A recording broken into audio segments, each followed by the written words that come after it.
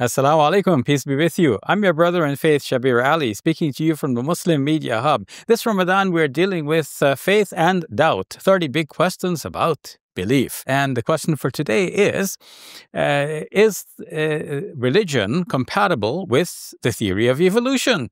It's a big question. So first of all, let's think about why people think that the two are not compatible. First of all, from the evolutionary standpoint, some people think that science is able to explain the emergence of life and the diversity of species by evolution alone without any mention of God, and they want to conclude from this that that means that God does not exist. But in so doing, they misunderstand the scientific enterprise. As Karl Popper has shown, science does not prove the existence of things. It really works from the position of trying to disprove hypotheses. And when one executes a number of tests that would have otherwise disproved a hypothesis, and the hypothesis is not disproved, that is when it rises to the level of a theory. And then it gets circulated as a theory, and sometimes a well-entrenched one. But by definition, a theory is not necessarily fact. It is something that is still up for examination and proof and questioning and perhaps even overturning. The theory of evolution, by definition, is something that can theoretically be overturned in the future. So one cannot say that this is definitely a fact and absolute truth. And at the same time, it cannot disprove what science does not set out to prove or disprove, such as the existence of God or a supernatural power behind the whole process. It can describe that process, and it can say, okay, we start with this organism, and after a gradual process of change, we result in this final organism, which happens to be of a new species. But you cannot say that there is no divine entity that is guiding the entire process. So science does not deal with the question of whether or not there is a supreme being and whether the supreme being has anything to do with the whole process of evolution. Now, on the other hand, there are religionists who either misunderstand the scriptures, or they're dealing with scriptures which inherently pose a problem for accepting the theory of evolution. So some will say, for example, that the scripture says that every species reproduces after its own kind, and this would mean that while we can accept evolution within species, which one might term microevolution, we cannot accept macroevolution, which would mean that one species it changes and evolves until eventually the end result is the emergence of a whole new species in that line of evolutionary biology. In that case, they would say, no, the two are not compatible. We must accept either evolution or creation, but not both.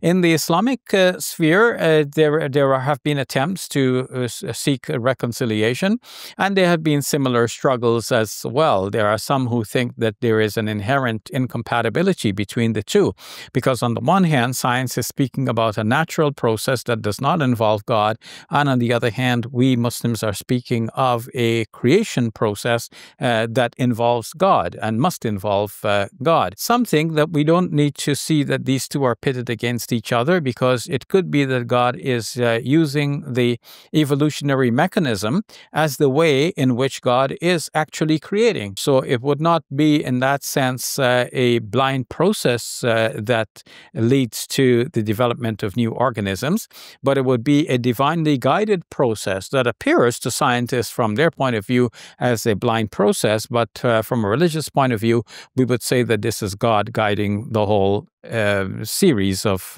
changes that occur, producing new organisms and even new species. Some have written books about this. For example, Dr. Maurice Bucaille, in his book, What is the Origin of Man?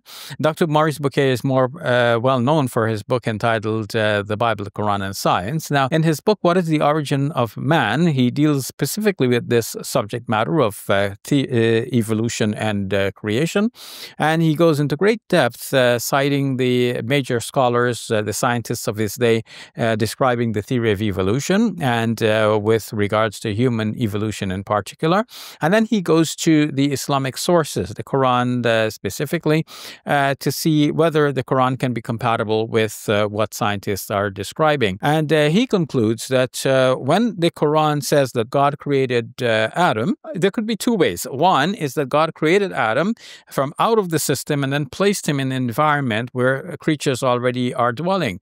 Or option number two, not necessarily in that order, is that Adam is also a part of that evolutionary process. If we say that Adam was created from outside of that evolutionary process and then inserted into the process and among creatures that already existed, then this would imply that Adam would have had to have the anatomy, the physiognomy, to make him adaptable to that environment. And of course, it would mean that the other creatures who are already surviving in that environment, who are already adapting or have adapted to that environment, would have similar anatomical features to what Adam has, because they have the anatomical features that are suitable for life in that environment and circumstance. And here comes Adam with similar features to be adaptable to that environment as well. So that is what Dr. Maurice Bucaille had proposed as the two possibilities.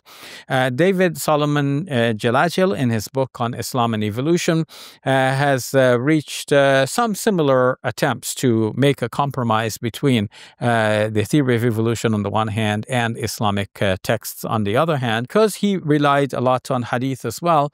Jalajel's attempts to reach a harmony between the two obviously came to some roadblocks in the middle.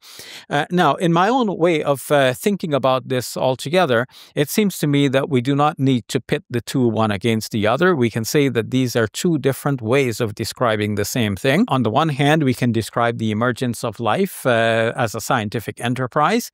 We can talk about the cause and effect chain, and we can see that things evolve one to another. But then we would add to that it is not a blind process of evolution that gives us the results, but it is a divinely guided process. It is God guiding the whole process and seeing to the results that God wants to obtain through that entire process. And as a result, eventually we have human beings who are the pinnacle of God's creative activity through that process of evolution. So in that case, it wouldn't be either or, but it will be both and. It will be creation by means of evolution. It wouldn't be blind naturalistic evolution. It wouldn't be natural selection. It'll be divine selection. It wouldn't be nature that is selecting what organisms survive, but it would be God who is deciding what organisms survive. And of course, to decide what organisms survive, God is giving them, those organisms, the ability and the physiognomy and all of the instincts and requirements to survive in their environments. So in that case, where would we place Adam and the emergence of the first human beings on our planet? We know that Homo sapiens have been in existence for about 200,000 years. This is modern human beings. And prior to Homo sapiens, there were Homo erectus, who might have been in existence from about 500,000 years ago. So we're talking about a long period, and Homo erectus are very similar to Homo erecti, to use the plural, are very similar to Homo sapiens, and in terms of anatomy and in terms of brain structure and size, and so they are very capable too of being similar to modern human beings. So we can say that there has been a development of human beings over time, Homo erectus and Homo habilis and so on, over time, tool-making man and so on. And the intelligence of human beings in that gradual process have been increasing over time till a point was reached where God can look at a set of human beings and say, well, these human beings are capable of receiving my commandments and responding to me and having a relationship that is based on intelligence with me. That would become the first human community. Adam, on whom be peace, would be a prophet among them, a prophet of God. He's generally regarded among Muslims as God's first prophet, and so he would be a prophet to his people, being capable of receiving that revelation from God. We can use an analogy here that will be helpful to us. A child grows up in the Islamic faith and is considered to be not responsible for God's commandments until the child reaches a state of puberty, and then that child now becomes treated as an adult in terms of the religious obligations and requirements, and now that child is responsible for what he or she does. Now it is understood that that child has passed the age of innocence and is now responsible for responding to God as an intelligent adult human being. In a similar way, we can see that human beings have been in their infancy at a certain stage in past history, and then they continue developing till they reach the stage of development where God can now say, okay, these human beings, I can have a relationship with them based on intelligence, because now they are intelligent beings. They can receive my commands, and I will hold them responsible for their failure to uphold my commands.